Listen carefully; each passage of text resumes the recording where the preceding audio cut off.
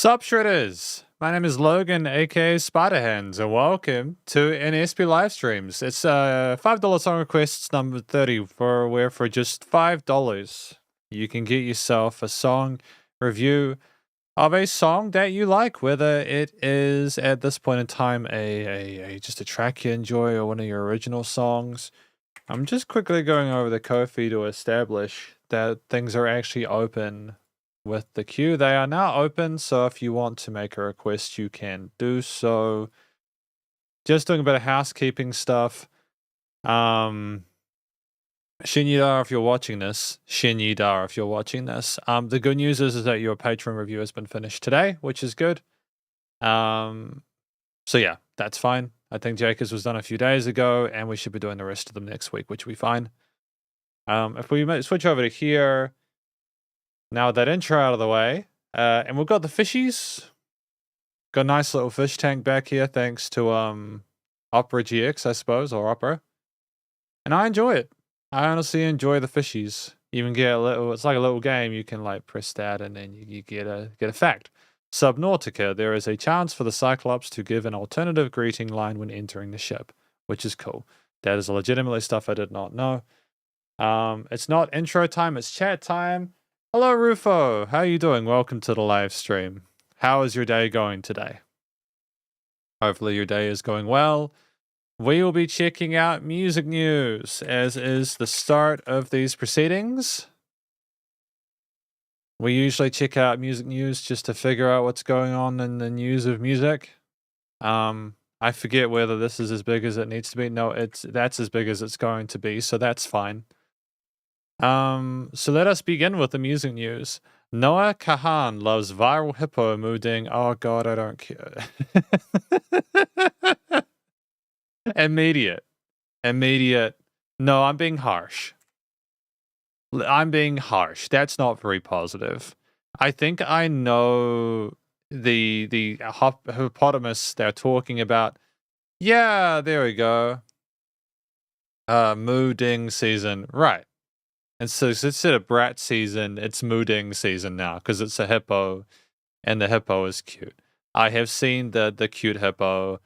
It makes sense that you would just get on the train whilst it's going full steam ahead. I get it. Ariana Grande says she'll be forever intertwined. Sup, Judith? How you doing? Welcome to the live stream. Hopefully you're having a good day today. She'll be forever intertwined with Glinda ahead of Wicked R.E.M. Beauty launch and Tyler to perform at Victoria's Secret fashion show. Cool. Nick Cannon shares update on how Mariah Carey is doing following the deaths of her mom and sister. I would assume not particularly well, but I would hope that wouldn't be the case. Seems like a pretty terrible situation to be in. She's doing the best that she possibly can considering the circumstances, Cannon told the publication, but as a family, we just got to be there to support one another, show love. Right. Makes total sense. Sorry for their loss, I suppose. Well, no, not I suppose. Sorry for their loss. Christina Aguilera claims Sabrina Carpenter as her honorary favorite child. Okay, Dolly Parton says she's proud of Taylor Swift, thinks CMAs didn't snub Beyonce on purpose. Country Music Awards didn't snub Beyonce on purpose. Wasn't that like that was Beyonce's first country album, right? The tricky thing about that is even if it was a great album, it's like to think that Beyonce would instantly be more qualified than any other country artist when they're potentially stepping into the ring for the first time is kind of wild. Why would Beyonce expect to be able to get that top award when they may not have the experience or the tenure that a lot of other country musicians have, you know? It's interesting to me that they're even being considered, unless, of course, no, not that that Beyonce shouldn't. It's just to assume what is the premise of that? By the way, hello MNN1. Welcome to the live stream. Hopefully you're doing well today as well. Country Legend also praised Cowboy Carter as a wonderful album. Well, that's good. To be fair, I couldn't tell because I haven't listened to it. I've listened to Texas Hold'em before, and I didn't necessarily think that that was particularly interesting or exciting musically. But I understand from a commercial perspective why Beyonce is doing this. And the reason I can sort of assume is that it's because country music is doing quite well at the moment. And I assume that there's potentially more room to grow a wider audience if you do country music at this point in time. We're just kind of going with what's like, to be fair, Beyonce has already done massive things in the genres that they're already quite well established in. So it makes sense that we would want to potentially go and do different things. But yeah. Even so, Paritan thinks that the CMAs, which angered fans September 9th by failing to acknowledge Cowboy Carter in any of its 2024 releases. Why? Why did it anger fans? Isn't it kind of arrogant to assume that that would be a better country album? I'm sure it's the Country Music Awards, right? They continue to not mention what that an acronym means. It is the Country Music Awards, right? CMA Awards. Let's just Google it. Sup, Jacob? Good? Or Jacob, how you doing? Welcome to the live stream. What is CMA? A global player in sea, air, land, air, and logistics solutions. Oh, yeah. No, it's country. It's country awards. Why are people angry? Why are people angry because of it? In America, Beyonce's dad, Matthew Knowles, slammed CMA Awards for Cowboy Carter snub. In America, there is no accountability for people not being accepting of other cultures. Right. Okay. So, what?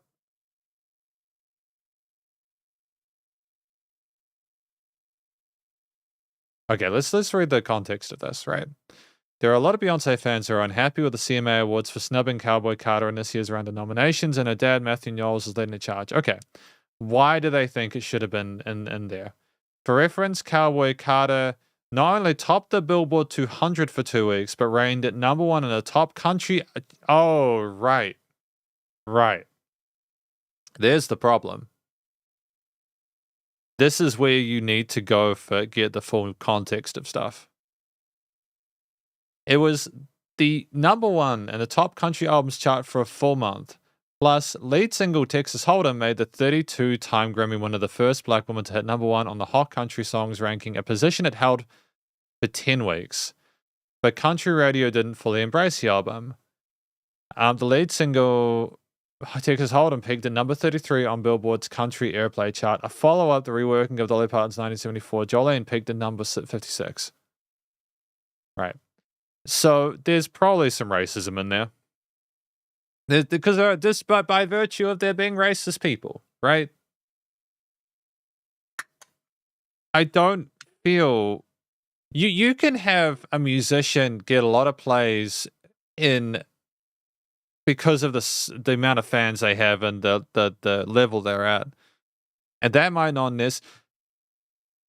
the fact that it's popular doesn't make it better.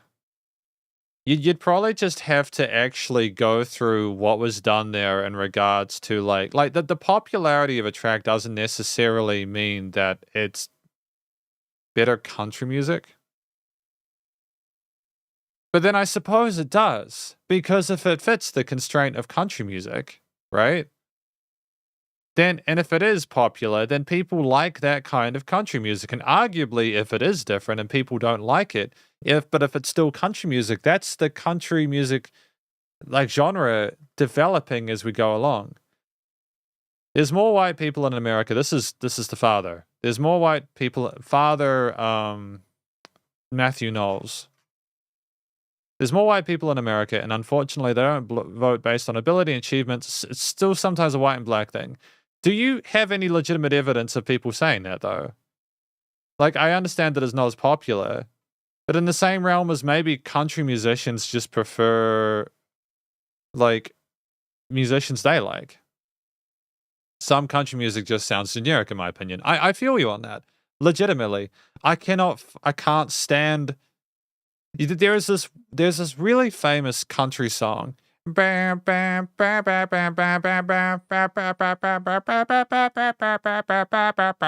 like there's melody there, and even though I can't stand that song. It's very boring to me. It's got like a variety with the vocals, like in regards to the clean parts, and there's rapping, and there's enough in there to keep it intrinsically interesting, I suppose, from a musical perspective. But it's compressed to shit. It's the same loudness the entire time. There's no dynamic. There's very little dynamic range to it. So it just sounds like the same sound the entire time, and it feels like a formulated. It feels like a formulated kind of made in a lab track that's designed to press all the neurons in the brain. By the way, hello, Blue Dinner Box. Welcome to the live stream. I know I don't listen to the radio, and it makes me happy that I don't, because if I had to listen to that, like, sometimes I feel like my job can be difficult. With the full understanding, there are far more difficult jobs out there, right? Relativity speaking, and comparing shit is just kind of a bad decision on a good day. I would not want to go back to working at the supermarket I worked at like 10, 12, it's so long ago, almost like 15 years ago, because I know that song would be played every 2 hours. And I stopped liking Ed Sheeran and a lot